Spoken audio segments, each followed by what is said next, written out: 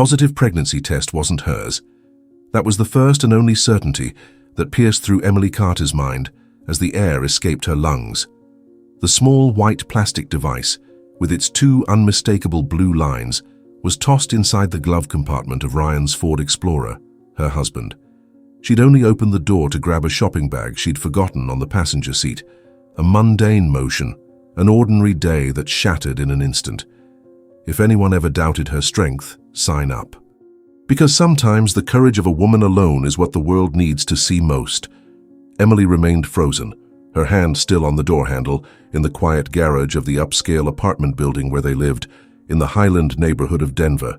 The scent of new leather from the vehicle, which once brought her a sense of comfort and status, now felt suffocating. She took her birth control pill religiously, every day, at the same time, for years. There was no room for error. No possibility it was hers. Her hand began to shake, not a subtle tremor but a convulsion that climbed up her arm and threatened to consume her entire body. She closed the car door with a soft click, almost automatic. The sound echoed in the empty garage. She leaned against the cold metal of the vehicle, feeling her legs weaken, unable to support her weight. The ground didn't collapse. The world didn't crumble. The sensation was more physical, more brutal. It was as if gravity had suddenly doubled, pulling her down, crushing her bones. She breathed deeply, once, twice, 3 times. The air entered, but it didn't seem to reach where it needed to. The metallic taste of panic flooded her mouth. Emily was a dermatological physical therapist. She understood the human body, its reactions, its limits. She knew she was going into shock. She needed to move. She needed to get out of there. With an effort that seemed monumental, she straightened up. She grabbed the shopping bag that had been the cause of it all. Inside, the ingredients for the special dinner she planned to make for Ryan. A cruel irony. She walked toward the elevator, her steps strangely heavy on the polished concrete. Each step was a conscious decision. Left leg, right leg. Don't think, just move. Inside the apartment, the silence was oppressive. The spacious area, decorated with the elegant minimalism they both appreciated, now seemed like an empty stage. She placed the bag on the marble kitchen counter. Her hands still trembled, and she let a glass jar fall. The sound of the glass shattering on the floor was sharp, violent. Emily didn't move to clean it up. She just stared at the shards, scattered like the image of her life in that moment. She sat on the living room sofa, her phone in hand. The urge to call Ryan, to scream, to demand an explanation, was overwhelming. But another part of her, a colder and more calculating side she barely knew, held her back. What would he say? He'd lie, obviously. Say it was from a co-worker, that he'd given someone a ride, that he'd found it in the parking lot. He was a sales manager at a luxury car dealership. He was a salesman. His life was building plausible narratives to convince people. He was good at it. Too good. Emily thought about her own life. At 33, she had a solid career, a reputable aesthetics clinic where she was a partner, a reputation to uphold. She was seen as a successful woman, balanced, who had everything under control. Married for 7 years to Ryan, they formed the couple everyone admired. Attractive, accomplished, regulars at the best restaurants in the city. Her family, traditional and lively, adored Ryan. He was the perfect son-in-law, always smiling at the Sunday barbecues, always with a funny story to tell. The image of him, smiling at her father at the last family gathering, flashed in her mind. The ease with which he charmed everyone, the confidence he exuded. Was it all a facade? How many other things were hidden behind that smile? The tremor in her hands subsided, replaced by a coldness that spread through her veins. She wouldn't call. She wouldn't scream. She wouldn't give him the chance to manipulate the situation, to turn her into the jealous, out-of-control wife. She stood up, went to the bathroom, and splashed her face with cold water. She looked at her reflection in the mirror. Her eyes were sunken, her skin pale, but there was something else there, a hardness she didn't recognize. When Ryan arrived 2 hours later, she was in the kitchen, finishing preparing dinner. The glass shards had been cleaned up. The counter was spotless. "Hey, babe," he said, coming in and setting his leather briefcase on a chair. He came up behind her and hugged her, kissing her neck. "Smells amazing." Emily didn't move. Her body stiffened under his touch. She smelled his cologne, a mix of the woody one he always wore with something else, a floral trace, sweet, that wasn't hers. "Tired?" she asked, her voice coming out surprisingly calm. "Exhausted. The day was crazy. We closed the sale on that Porsche Panamera, remember I told you? The client was a tough nut to crack." He spoke with his usual excitement, his eyes shining. Emily just nodded, turning to face him. She observed him as if for the first time. His perfectly styled hair, his well-trimmed beard, his designer shirt wrinkled just enough to look casually elegant. He was a handsome man, charming, a predator. "That's great, honey. I'm happy for you," she said, and even managed to force a small smile. During dinner, she listened to him talk about targets, commissions, and the business trip he'd take the following week. She ate in silence, each bite an effort. The food had no taste. The wine, an expensive Cabernet he loved, went down bitter. She felt his gaze on her from time to time, a bit inquisitive. "Everything okay, Emily?" "You're quiet today. Just a little tired." "Busy day at the clinic too," she lied, and the lie came out with an ease that scared her. He seemed to accept the answer. He kept talking, and Emily just nodded, her mind miles away. She thought about the pregnancy test, the 2 blue lines, the unknown woman carrying her husband's child. Nausea rose in her throat, and she had to grip the utensils tightly not to get up and vomit right there at the dinner table. That night, in bed, he reached for her. His hands roamed her body with a familiarity that now felt like a violation. Emily turned away, claiming a headache. "Again, Emily? That's the 3rd time this week." There was irritation in his voice, impatience. She felt a wave of anger so intense that for a second she thought she'd explode, but the coldness overtook her again. "Sorry. The migraine is killing me. I'll take some medicine." She got up and went to the bathroom, locking the door. She braced both hands on the sink, her body trembling again. She looked at the medicine cabinet.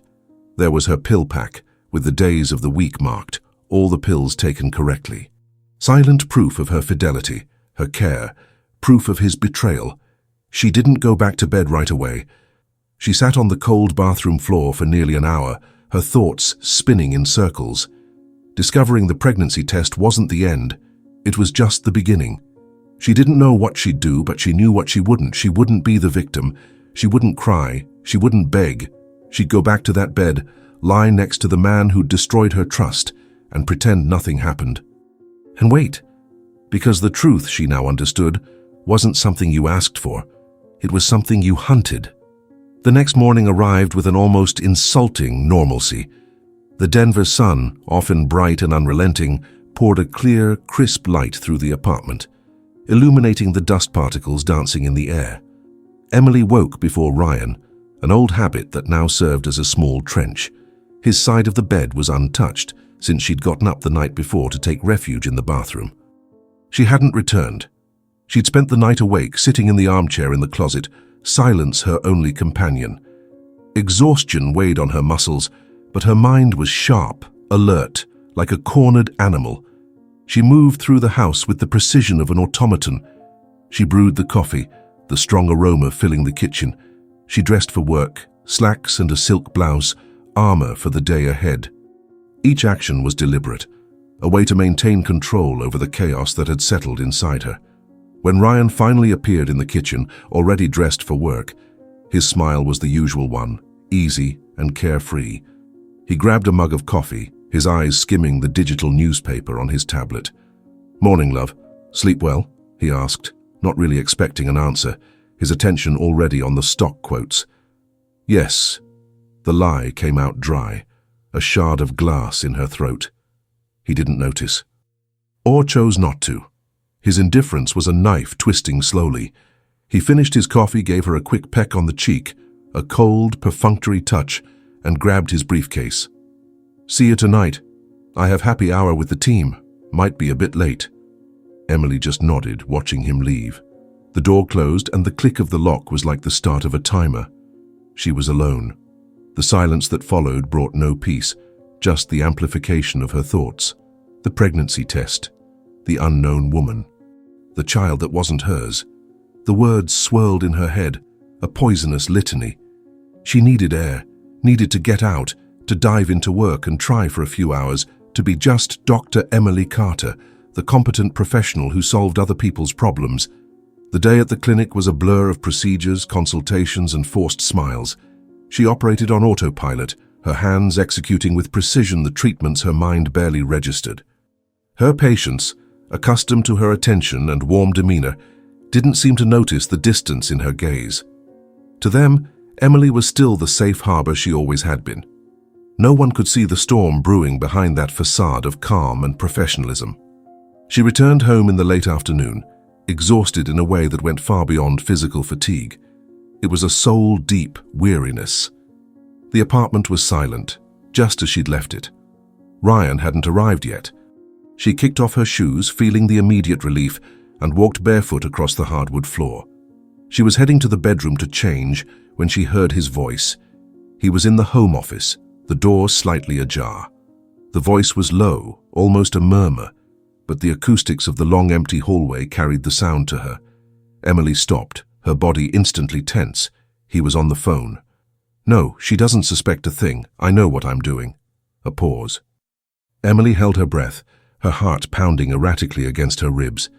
She approached step by step, pressing her body against the cold hallway wall, out of sight of the door.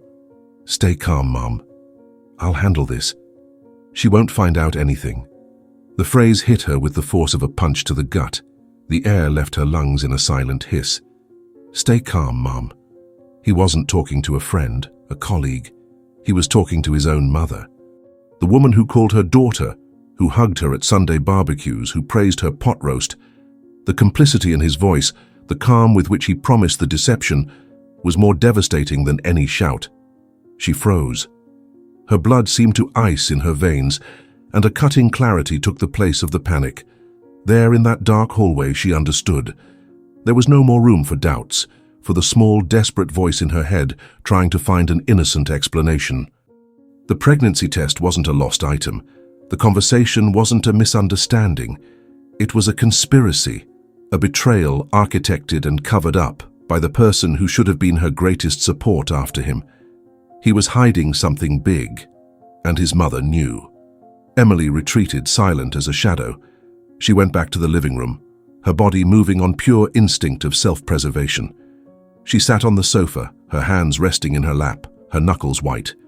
The adrenaline that had sustained her the day before had vanished, leaving behind a cold, heavy void. It wasn't pain or shock anymore. It was resolution, an icy certainty that the marriage she believed in was a farce. She no longer needed to search for excuses for him. The phrase she'd overheard sealed the betrayal with a lead stamp. Now the only question that mattered was, what would she do with that truth? The image of the submissive, weeping woman, the wife who makes a scene, was swept from her mind. That wasn't her. It never would be. When Ryan emerged from the office minutes later, he found her sitting in the living room staring into space. "Hey babe, I got here a while ago, was handling some work stuff," he said, the lie sliding from his lips with a frightening naturalness. Emily turned her face slowly and stared at him. She studied him, the husband, the stranger, the liar. She said nothing. She just held his gaze, letting the silence stretch between them, dense and charged. For the first time, she saw a flicker of discomfort in his eyes, a small crack in his facade of confidence. "Something happen?" he asked, his voice a little less sure. Emily blinked slowly. "No, nothing," she replied, her voice low and controlled. "Just thinking." She stood up and went to the kitchen to prepare something to eat, leaving him standing in the middle of the living room. He followed her with his eyes, confused. That night, the dynamic between them had changed forever. He didn't know it yet, but he was no longer the driver of that story. She had taken the wheel, and she was about to chart a new course, one that would lead him straight to the collision he was trying so hard to avoid. Emily's war wouldn't be fought with shouts and tears, but in the silence of sleepless nights and the bluish glow of computer screens. The phrase she'd overheard in the hallway, "She won't find out anything," wasn't just confirmation of the betrayal, It was an insult to her intelligence. They underestimated her. Ryan, his mother, the unknown woman, all operating under the presumption that Emily was a passive piece on the board of their lives, a decorative figure that could be easily deceived. That miscalculation would be their ruin. The investigation began that same night. After Ryan fell asleep, exhaling the false tranquility of someone who believes they have control, Emily got out of bed. The movement was fluid, silent. She was no longer the wife who shared that space with him. She was an intruder in her own home, a hunter. In the office, the same place where the betrayal had been sealed in a complicit whisper on the phone, she turned on his laptop. The password was their wedding anniversary date. The irony was so thick she tasted bitterness in her mouth. She didn't search for messages or emails. It would be too obvious. Ryan was meticulous, a salesman trained to cover his tracks. Instead, Emily opened the door to the world he really inhabited. The world of numbers, expenses, transactions. She started with the corporate credit card statements, a territory she'd never explored, out of trust and disinterest. Now she dissected it with the precision of a surgeon. Line by line, she analyzed the charges. Dinners at restaurants they'd never visited together, always for two. Florists in cities where he was supposedly on business meetings. Small gifts, discreet jewelry, purchases at department stores that didn't fit his profile. They were breadcrumbs, but together they began to form a path. A path that always led to a name repeating in flight and hotel receipts: Jessica Hayes. The name appeared as a companion on a hotel reservation in Chicago, dated 3 months ago. The trip, he'd said, was for a sales conference. He'd called every night, his voice full of a longing that now sounded obscene. Jessica Hayes. The name was common, but in the context of those expenses, it sounded like a verdict. With the name in hand, the second phase of the investigation began. Social media. Emily typed the name into the search bar, her heart hammering against her ribcage. Dozens of profiles appeared. She was patient. She cross-referenced information, cities, mutual connections, and then she found her. The profile picture was of a smiling woman, with brown hair and lively eyes, about 30 years old. Next to her, a broad-shouldered man with a restrained smile. On the woman's ring finger, a wedding band gleamed. Emily felt a wave of cold sweep through her body. The woman was married. The mouse click was the only sound in the silent office. She opened the profile, which was public, a window into a life carefully curated for the world to see. There were photos of trips, dinners with friends, declarations of love to her husband, and there were photos with Ryan, discreet in groups at company events. Jessica Hayes was a sales representative, the co-worker, the travel partner, the missing piece in the puzzle. She scrolled the page, absorbing every detail.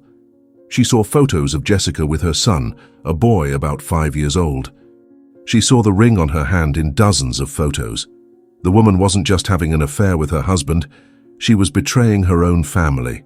The pregnancy, the test in the glove compartment, the child on the way would be the fruit of a double betrayal, a secret that would destroy two families. And then Emily focused on the man beside her in the photos, the husband. His profile was tagged in several posts, Michael Hayes. Unlike Jessica's open and sunny profile, Michael's was more restrained, almost Spartan. Few photos, mostly with his wife and son, or in running gear from road races. In his bio, just 3 words: dad, husband, police officer. The information hit her with unexpected force. Police officer, not an executive, a lawyer, or a businessman. A man trained to handle conflicts, to enforce order, to react under pressure. A man whose profession was defined by codes of honor and discipline. A man who very likely wouldn't react to betrayal with indifference. Emily leaned back in the chair, her brain processing the new variable. The husband of the mistress existed. He had a face, a name, a profession, a normal life about to be imploded. She looked at Michael Hayes' photo, at his serious face, at the way he held his son on his shoulders. There was a solidity to him, a presence that contrasted with Ryan's polished, slippery image. In that moment, the plan began to form in her mind. It wasn't a thoughtless plan of revenge born of rage. It was something colder, more strategic. Confronting Ryan would be useless.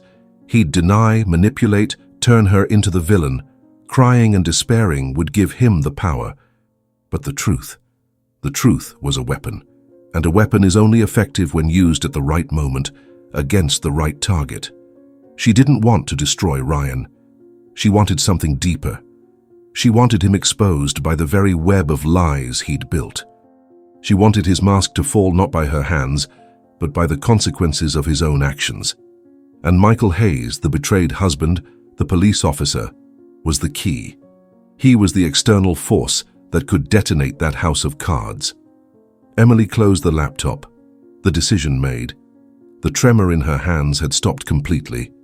The coldness she'd felt in the last few days now had a purpose, a direction. She was no longer the victim in this story.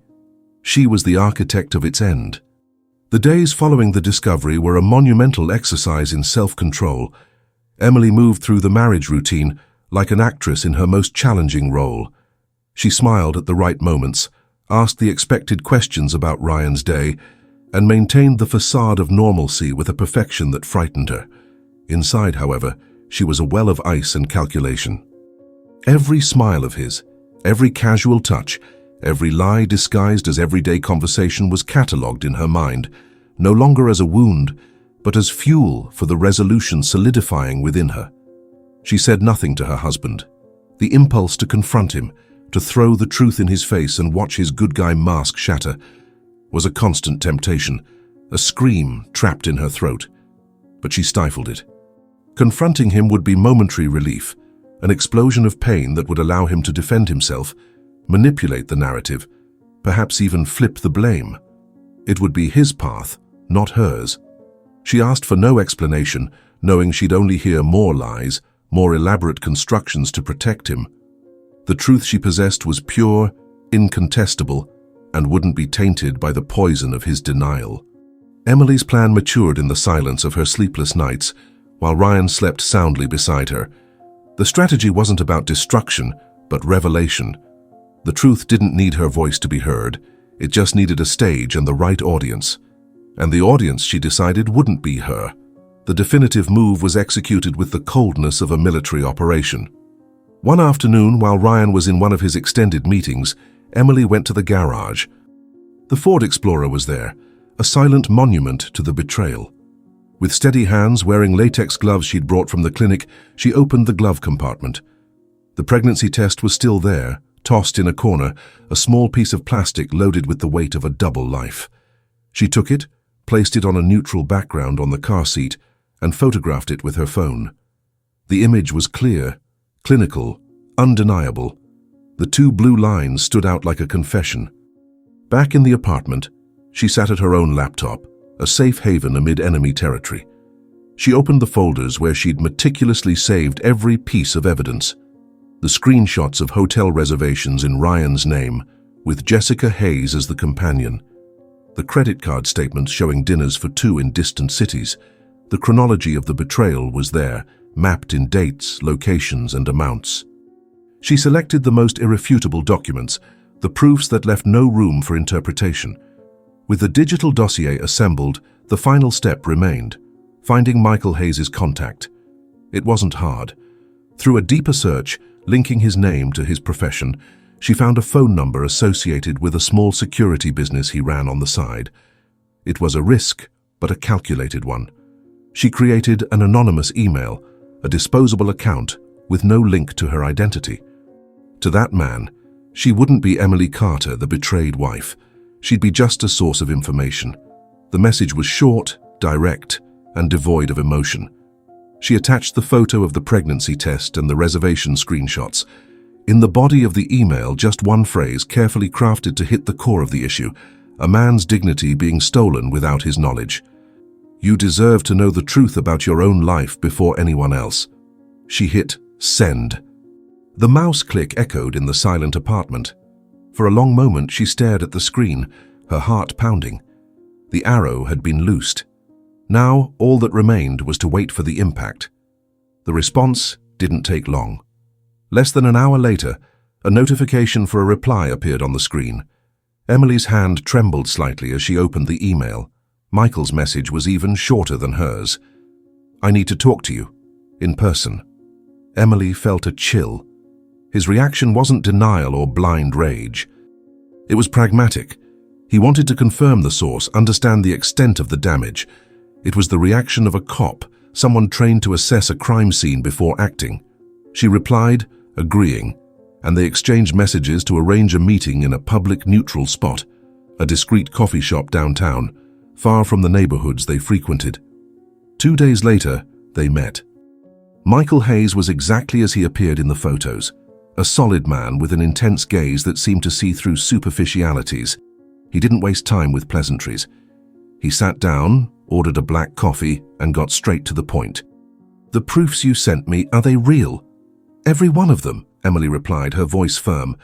"The pregnancy test was in my husband's car. The reservations are on his card statements." Michael listened in silence, his jaw clenched. He didn't show the pain he surely felt.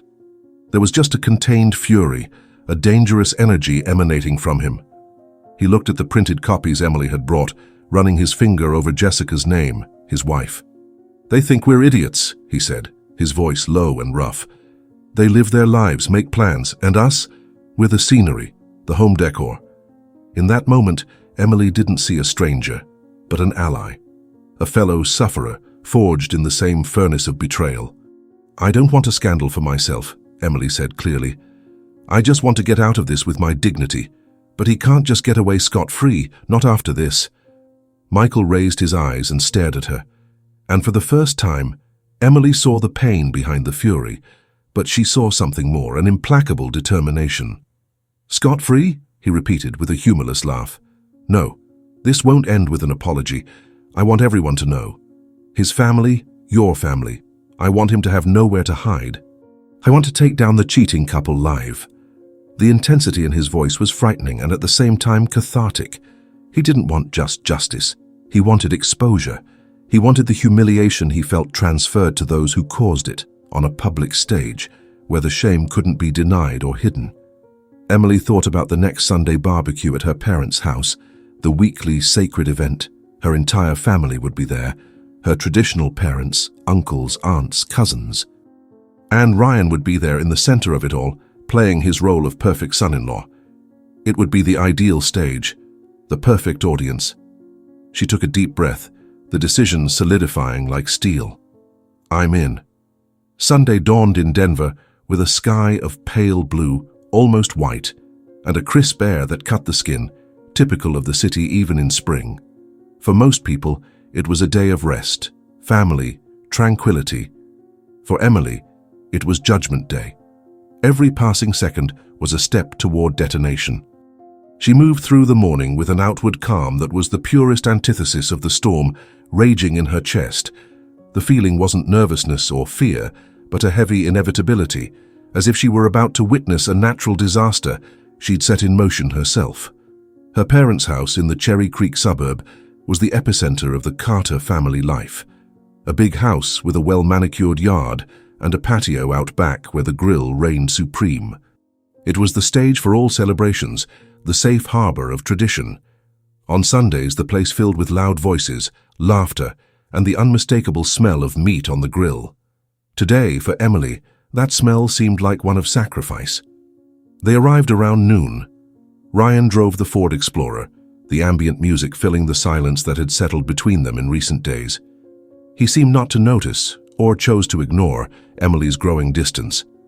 As he parked on the street in front of the house, he turned to her, his usual smile on his face, a smile that now seemed grotesque, a poorly glued mask. "Ready to handle Uncle Jim asking when we're giving him a grandkid?" Ryan joked, trying to create a complicity that no longer existed. Emily just looked at him, expressionless. "Let's go in," was all she said. As they passed through the gate, they were immediately swallowed by the warm, noisy embrace of the family.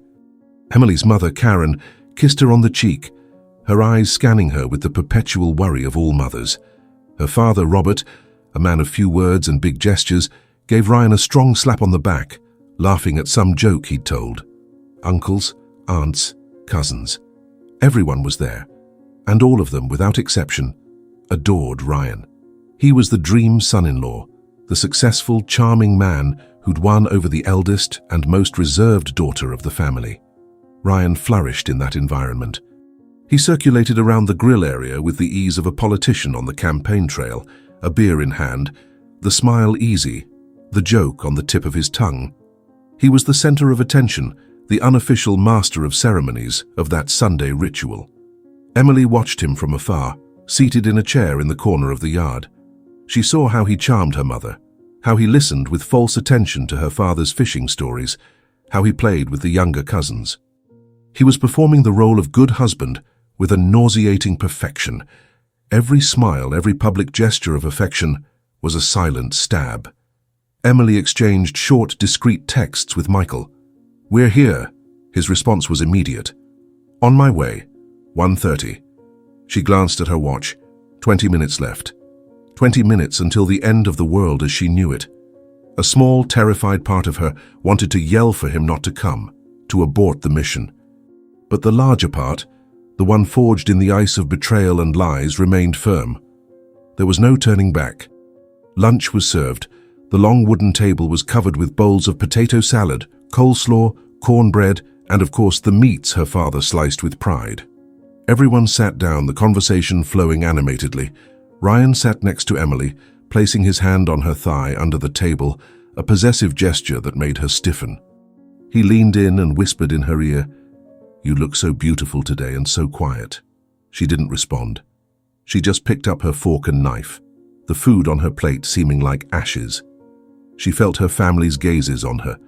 The aunt who asked if everything was okay, the cousin who commented that she looked pale. She replied with monosyllables, forcing a smile that didn't reach her eyes. Time dragged. Each chew, each sip of soda seemed to last an eternity. The clock on her wrist read 1:28. Then the sound. The doorbell rang. The sharp sound cut through the cacophony of conversations and laughter, imposing a brief silence.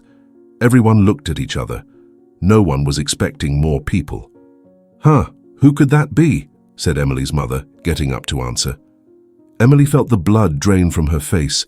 Her heart began to pound uncontrollably, a muffled drum in her ears. Ryan looked at her, a wrinkle of questioning on his forehead. "Did you invite someone, babe?" She just shook her head no, her eyes fixed on the front door of the house, visible from the yard. Her mother opened the door, and there he was, Michael Hayes. He wasn't in uniform, but his posture was that of a man on duty. He wore jeans and a dark polo shirt, but the rigidity in his shoulders and the expression on his face left no doubt about his purpose. He exchanged a few words with Emily's mother, who looked confused and then stepped past her, walking with firm, deliberate steps toward the grill area. The silence, which had been brief, now became absolute. Conversations died. Forks stopped midway to mouths. All eyes turned to the stranger invading the sanctity of the Sunday barbecue. Michael didn't look at anyone. His eyes were locked on a single point. Ryan. Ryan, who had a piece of steak on his fork, froze. The color drained from his face. He recognized Michael. The good guy smile faded, replaced by a mask of panic and disbelief. He looked from Michael to Emily, comprehension dawning in his eyes like a slow-motion lightning bolt. Michael stopped beside the table, a few feet from Ryan. His presence was an anomaly, a dark, disruptive force in that scene of family joy. With a slow, calculated movement, he pulled some folded papers and a small plastic object from his back pocket. He placed them on the table, next to the bowl of potato salad, with a dull thud that echoed in the deadly silence. The pregnancy test, the hotel reservation printouts. Everyone's eyes at the table widened, fixed on the objects. Emily's father stood up, his face set in a confused and angry scowl. "What the hell is this? Who are you?" Michael ignored the question. He didn't take his eyes off Ryan, who was now white as a ghost, his mouth agape, voiceless. And then Michael spoke. His voice wasn't a shout, but it was loud, clear, and loaded with the weight of a verdict. Each word was a hammer shattering the glass of that family farce. "Your husband got my wife pregnant." Absolute silence, a silence so profound that Emily could hear the buzzing in her own ears. Her family's frozen gazes moved from Michael to Ryan and then to her. It was a ballet of shock and horror. Her mother's jaw dropped, her hand covering her mouth. Her father seemed to have aged 10 years in 10 seconds. Her uncles and cousins were paralyzed, their expressions ranging from disbelief to scandal. The protagonist's husband turns white, voiceless. Ryan tried to speak, but no sound came out. He looked like a fish out of water, gasping for the air that had been stolen from him. His facade, built so carefully over years, had been demolished in a single sentence. He was naked, exposed, humiliated in front of the clan he'd worked so hard to win over. The family goes into total shock. The shame was palpable, a toxic fog spreading across the table.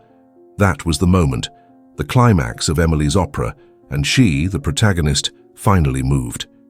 In the epicenter of the seismic silence, where each second stretched to the breaking point, Emily became the only point of movement. The chaos was a vortex around her, the shocked gazes of her family, Ryan's mortal pallor, Michael's granite presence. But inside her, a deep, crystalline calm had settled.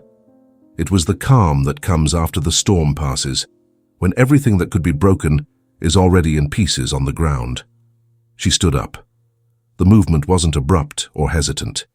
It was fluid, deliberate, as if she were stretching after a long sleep. With an almost casual gesture, she ran her hand through her hair, adjusting a strand that wasn't out of place. It was an act of normalcy amid the absurdity, a sign that, for her, this wasn't the end, but a restart. She breathed deeply, the air filling her lungs, and the soft sound was the only thing that broke the tense silence. All eyes turned to her, waiting for the explosion, the tears, the confrontation, waiting for the script they knew. But Emily didn't give them the drama they craved. Her gaze passed over Ryan, not with hatred, but with a cutting indifference, as if looking at a stranger. Then she turned to Michael, an almost imperceptible nod of acknowledgement, of mission accomplished. And only then did she speak, her voice clear, without tremor, projected so everyone at the table could hear. "Thanks. I'm not wasting another day of my life on someone who doesn't know what loyalty is." The phrase hung in the air, simple, definitive, and lethal. It wasn't an accusation. It was a statement of facts. A dismissal. Without shouting, without crying, without explaining, Emily turned. She grabbed her purse from a nearby chair, pulled out the car keys from inside it, and walked away from the table. Her steps on the stone patio were firm, rhythmic. Each step was an affirmation of her newly reclaimed freedom. She moved out of sight, crossed the front door of the house, and vanished, beautiful in her resolve, cold in her dignity. Her exit was like pulling the pin from a grenade. The silence that followed was instantly shattered. The party, or what remained of it, continued, but now with him as the focus of the shame. Ryan, finally unlocked from his stupor, tried to stand, stammering Emily's name. "Emily, wait. I can explain." But her father, Robert, whose disappointment had turned into an icy fury, slammed his hand on the table with a force that made the bowls tremble. "Explain what?"